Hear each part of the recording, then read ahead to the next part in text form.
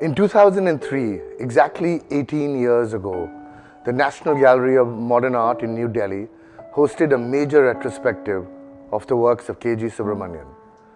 In fact, the opening statement in the accompanying publication by Professor R. Sivakumar, who is one of the foremost authorities on the artist, called him one of the most exciting artists on the scene, whose magnificently visceral and sensuously visual paintings celebrated both life and art.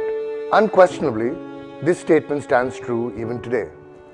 So this month, on 19th and 20th of January, Saffron Art is hosting Creative Circuit, an auction dedicated solely to the works of K.G. Subramanian from the collection of the Seagull Foundation of the Arts.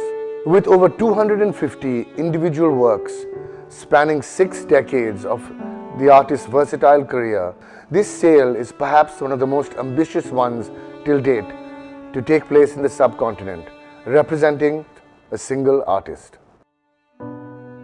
K.G. Subramanian was known for many roles.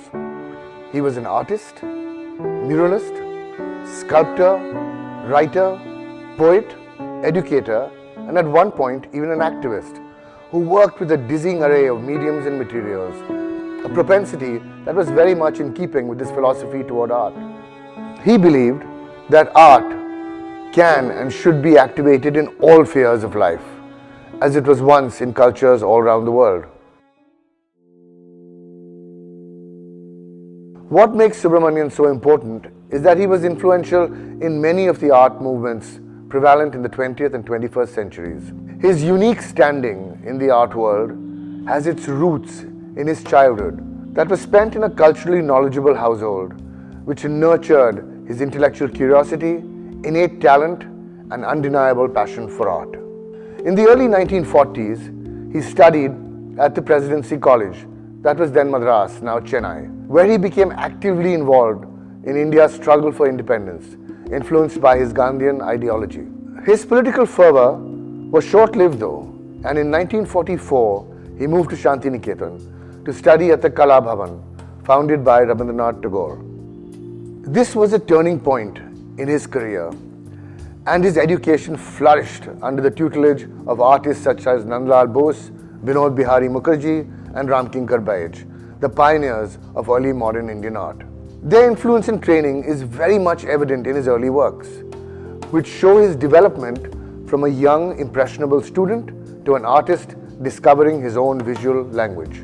By the early 1950s, he had accepted a teaching position at the Faculty of Fine Arts in Baroda, just as his art career was starting to take off. It was during this time that he painted this 1956 work, eloquently titled Dog. This work is particularly important as it not only speaks to his training at Shantiniketan, but also provides a glimpse into the kind of work that was emerging at that time in Baroda.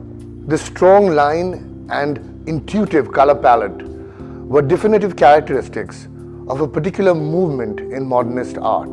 Towards the end of this decade, Subramanian shifted his base to Bombay to join the Weavers Service Center. His job there was to create design which would then eventually be translated into textiles. It was an extremely inventive phase in his career where he adapted a textile printing technique that allowed him to transfer patterns on inexpensive material that he found lying around. The resulting effect was stunning, layered patterns that became really popular at that time. This is the first time that some of the rare designs he made for the center will be offered in the auction.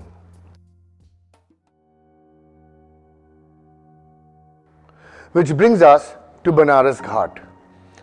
Coincidentally, a very popular subject among certain artists in the 1960s, Banaras Ghat represents a key moment in Subramanian's career. This work was made in 1965, the height of Subramanian's exploration with semi-abstraction, where the human body presents itself as a fragmented, almost seeming like a broken doll or a disjointed marionette. Banaras Ghat is one of the few existing canvases from this period. In 1966, Subramanian went to New York on a John D. Rockefeller III fellowship. He was still exploring his phase of semi-abstraction at this time and working on his marker series, named after the medium he was using, a marker pen. This is the first time that such a large body of the Marcus series will be presented in a single auction.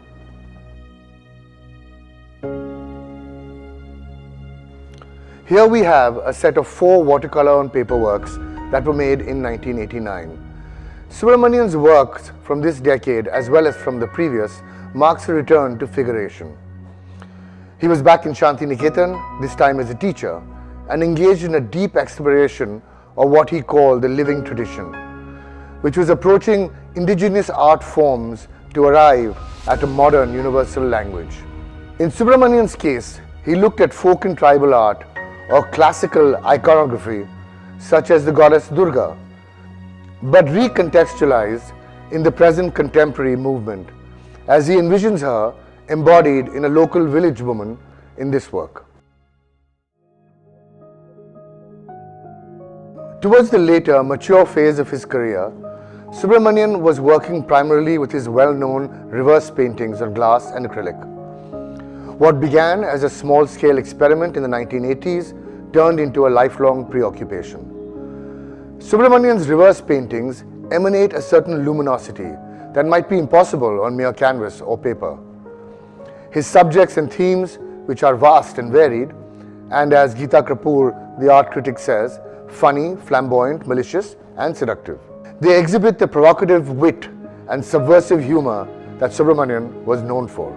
These works in this sale, which have exceptional exhibition histories and provenance, represent the life work of an artist and an individual whose visionary thought and non-conformity left a lasting legacy that we will forever be grateful for.